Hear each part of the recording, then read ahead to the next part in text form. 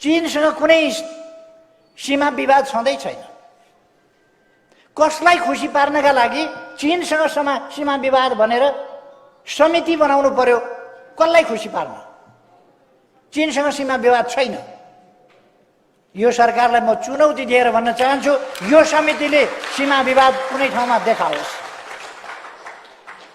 सीमा विवाद छैन, कसलाई खुसी पार्न? भारतसँगको सम्बन्ध तनावग्रस्त बनाउँदै लगेको छ, चीनसँगको सम्बन्ध तनावग्रस्त बनाउँदै लगेको छ। यिनै मान्छेहरू हुन् कांग्रेस र माओवादी भएका बेला एमसीसी गरे। अहिले एमसीसी बोल्दैनन्, झुक्याएर पास गर्न खोज्या होला।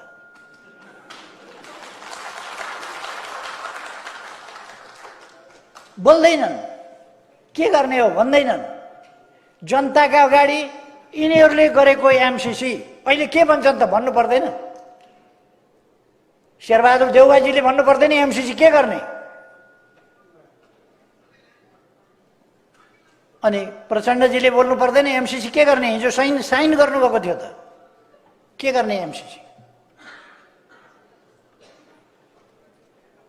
उहाँहरू चुपचाप हुनुहुन्छ। अनि यस्ता अनगिन्ती कुराहरू उहाँहरू गोप्य राखेर नेपाली जनतालाई छकाएर विकास निर्माणलाई रोकेर, विकासको गतिलाई रोकेर आतंक फिजाएको छ कर्मचारी तन्त्रभित्र।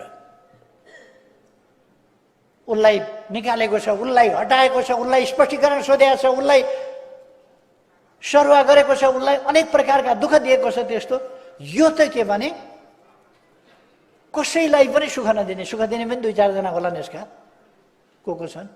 तर आम जनतालाई, कर्मचारीलाई पनि यिनीहरूले दुःख दिएका छन्, जनतालाई पनि दुःख दिएका छन्, गरिबलाई पनि दुःख दिएका छन्, सुकुम्बासीलाई दुःख दिएका छन्, भूमिहीनलाई दुःख दिएका छन्। प्रधानमन्त्री स्वरोजगार कार्यक्रममा 17 अरब खर्च भयो अरे, काम 5% मात्रै सकियो अरे। अनि छुट्याएको होला, कति अरब छ मलाई याद भएन, छुट्याएको होला। अहिले उनीहरूले बजेट रोकेको छ, अनि बजेट रोकेको छ, बजेट रोक्ने अनि काम 5% मात्रै भयो भन्ने।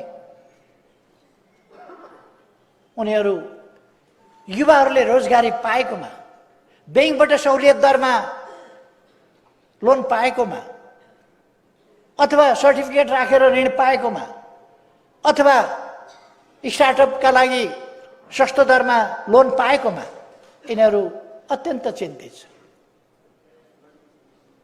उनीहरूका मान्छेले मात्रै पाउनुपर्छ त्यो। खैर,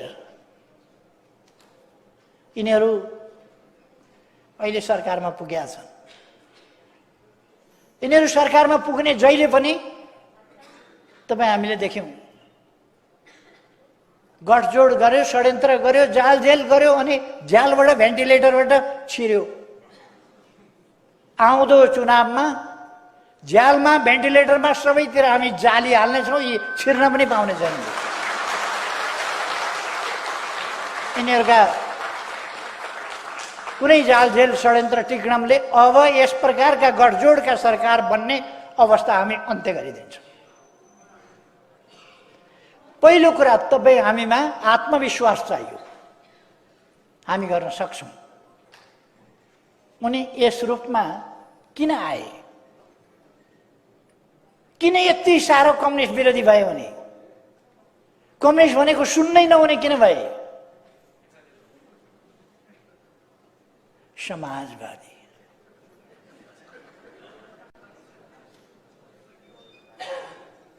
अहिले त एस पार्टी अरे, कांग्रेसको एस पार्टी।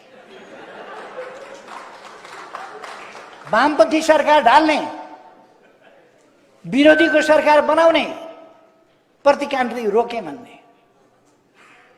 वामपन्थी सरकार ढालेर देशको विकासको नेतृत्व गरिरहेको, अभियान चलाइरहेको सरकार ढालेर अनि दक्षिणपन्थी सरकार बनाउने अनि क्रान्तिका कुरा गर्ने। मैले यति साह्रो लाज शरम पचेको मान्छे माधव नेपाल जस्तो मान्छे जिन्दगीमा कहीँ पनि देखाएको। नेपाल मात्रै होइन, दुनियाँका धेरै देशहरूमा म पुगेँ, तर माधव नेपाल जस्तो शरम पचेको मान्छे अस्तिसम्म जुन खाटमा बसिराखेका थिए त्यही खाटमा बन्सराले हानै छन् अहिले पनि। अस्तिसम्म जुन पिर्कामा बसेका थिए त्यो पिर्का भाँच्यै छन्।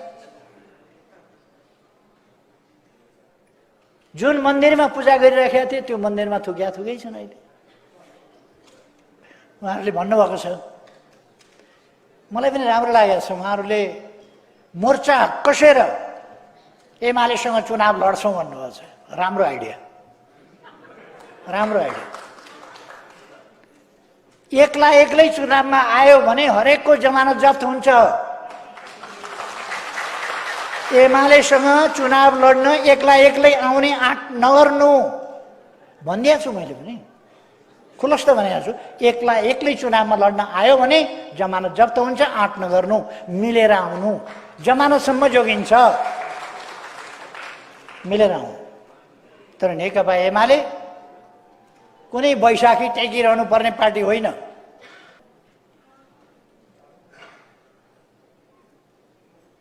त्यसकारण हाम्रो सरकार ढल्यो। त्यसकारण मैले अघि नै भने, आगामी दिनमा हाम्रो पार्टीलाई अनुशासित, पार्टीप्रति निष्ठावान, स्वार्थका पछाडि कुद्ने, आफ्नो व्यक्तिगत स्वार्थका पछाडि कुद्ने त्यस्ताहरूको डफ्फा होइन, त्यस्ताहरूको एउटा हुल होइन, एउटा जमात होइन। आदर्शप्रति, उद्देश्यप्रति, कर्तव्यप्रति निष्ठावान व्यक्तिहरूको एउटा समूह जो देश बनाउने कुरामा कृतसङ्कल्पित छ, त्यस्ताहरूको समूहको रूपमा यस पार्टीलाई अगाडि बढाइनेछ। विचारमा केन्द्रित, अनुशासित, एकताबद्ध, गतिशील त्यस्तो पार्टीको रूपमा यसलाई अगाडि बढाइनेछ। यही कुराका साथ, यही आत्मविश्वासका साथ साथीहरू अगाडि बढ्नुहोस्, जनताका बिचमा जानुहोस् र विजयको तयारी गर्नुहोस्। म साथीहरूलाई हार्दिक आग्रह गर्न चाहन्छु। यस कार्यक्रमको आयोजनाका लागि धन्यवाद भन्न चाहन्छु। मलाई आमन्त्रण गर्नुभएकोमा पनि धन्यवाद भन्न चाहन्छु। र म अलिक धेरै नै थकित भएर जरै आउने अवस्थामा पुगेँ।